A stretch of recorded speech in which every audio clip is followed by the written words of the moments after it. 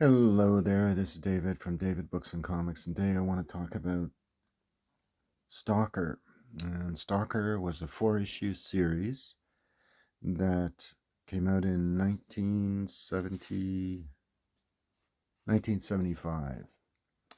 And the artists for the series were none other than Wally and Steve Ditko. And this is the complete first run of this Sword and Sorcery series. It is unique, um, not only because of the artwork, because of the excellent story in particular by Paul Levitz. So the creators were quite good. So as it says, a saga of sword and sorcery.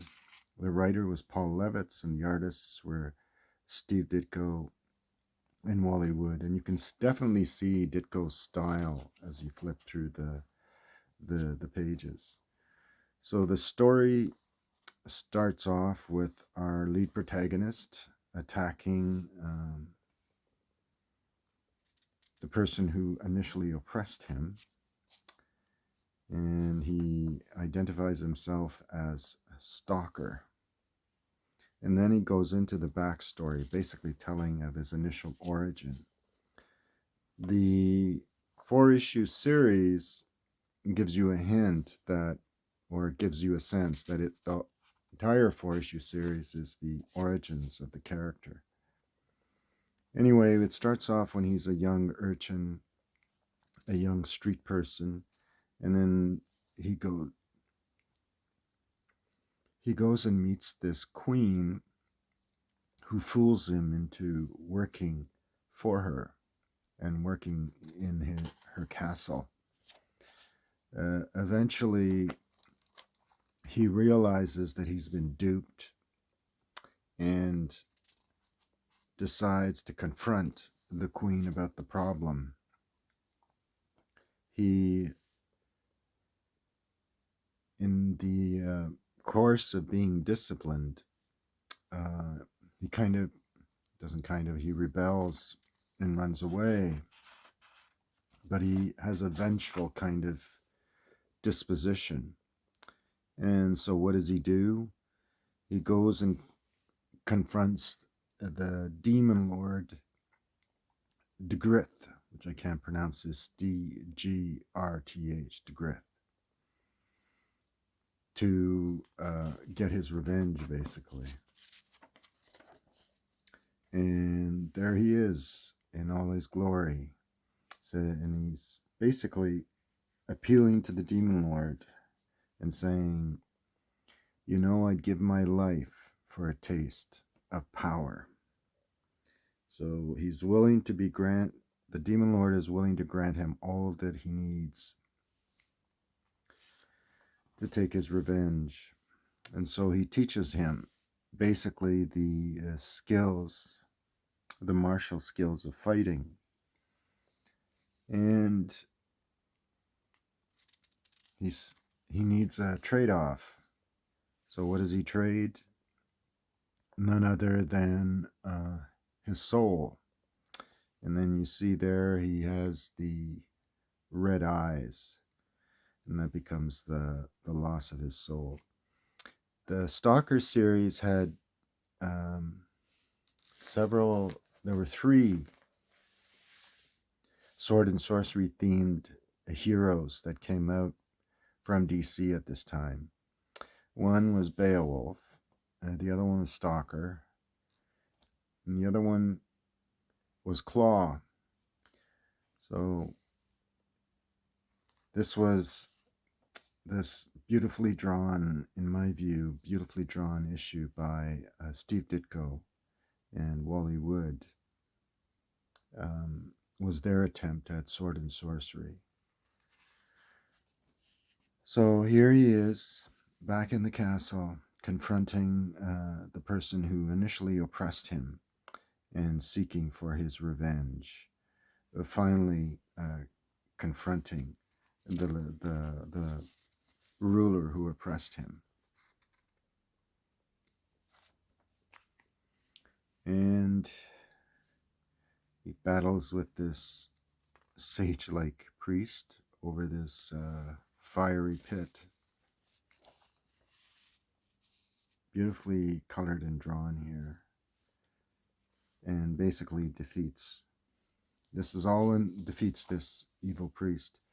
All in the first issue.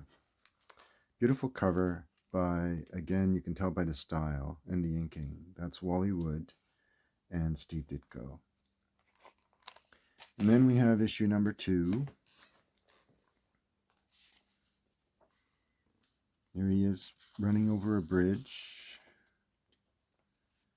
Darkling death at World's End Sea.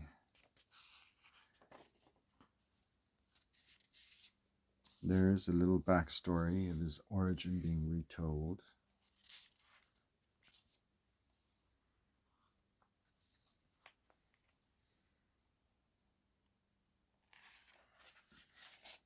Sneaks into a local stronghold, going after this character, DeGrith. In the whole 4-issue run, it's basically Stalker is trying to regain his soul. That's the whole purpose of his being. So he's discovered and put in prison and rescued by a damsel. And it gives you some of the heroes of the time. There's Justice Incorporated. There's Claw, Tor by Kubert. There's Stalker, Beowulf, and Kong. And these are the fantasy heroes. These are the superheroes. And there's the mystery titles.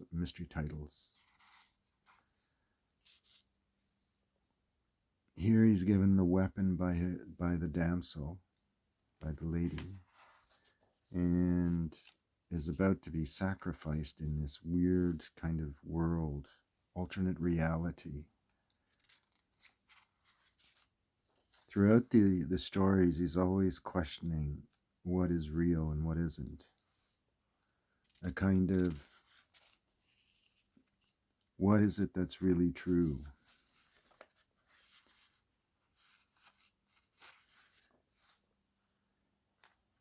A lot of this you can see, in my view, by the style of the art and the faces. These are two artists that are actually helping each other with the work.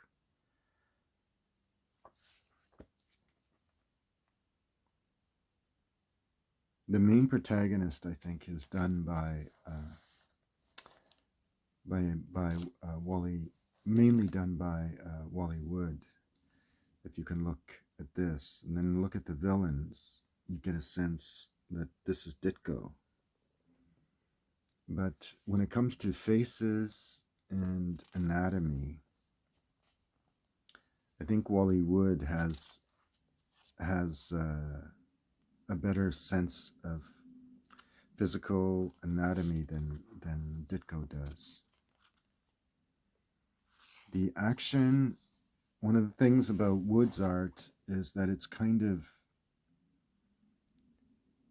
staid, that his characters are static looking, whereas when you have the dynamic action, I think that's what Ditko brings to the panels, is the dynamism of the action scenes. Wood, for all the beauty of his artwork, which I think is quite beautiful, tends to be, as I said, kind of static, with little movement. What brings dynamism is the, and I think it's de-emphasized in the book, in the series, the backgrounds in particular. When we explore, say, the worlds of by John Buscema, for instance, in the Conan, the Barbarian, put out by Marvel around this same time period, there's more of a depth to the background and more of a sense of fantasy. Here, you see the black and whites. It doesn't give you that. Kind of takes away, it diminishes the fantasy elements of the stories. All right, so this is issue number 3.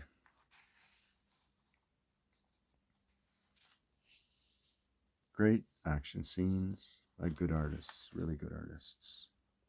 And the story is well worth the read. That's the letters page. It's called The Sword and the Soul. So that's Stalker number 3. Demon Death on the Burning Isle. And this is the 4th and final issue. It's called Invade the Inferno. And this one has more of Wally Wood's style. So you can see there's more of a lack of movement. The backgrounds has the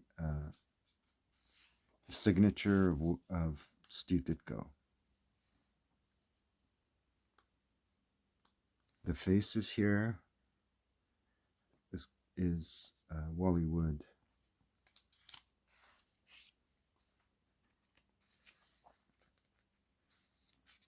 And here, Stalker leads basically an army against DeGriff, the skeletal army. He confronts this imp, a kind of imp-like figure, a kind of malicious protagonist that you see in a lot of fantasy.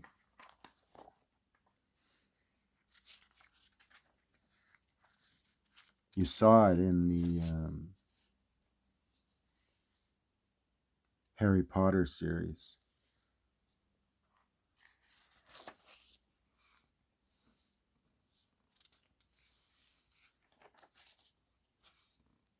And that's an ad by Joe Kubert.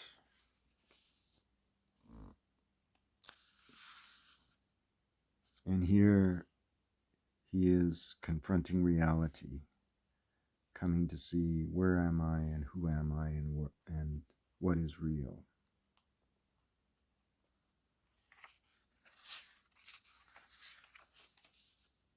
The story is a fun story to read, but it's kind of simple. Warlord is kind of a sort of a fantasy, but almost like a futuristic fantasy.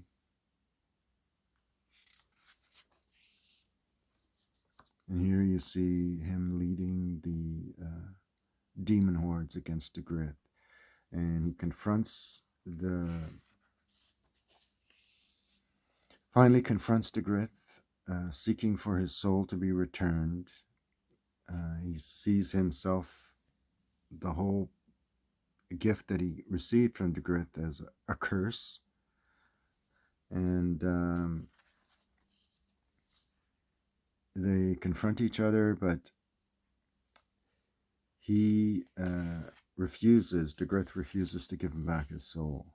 Instead sends him on a long and unending errand. And that's where our story ends.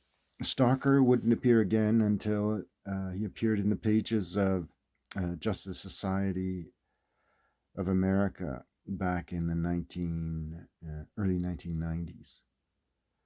So that's Stalker, a short-lived, but beautifully drawn and written series by two of the great artists, great graphic artists, Wally Wood and Steve Ditko, and one of the best storytellers, Paul Levitz. So I hope you enjoyed this little presentation, and if you did, remember to give me the thumbs up and like, and thanks everyone for subscribing, and as always, feel free to comment. Thanks. Bye.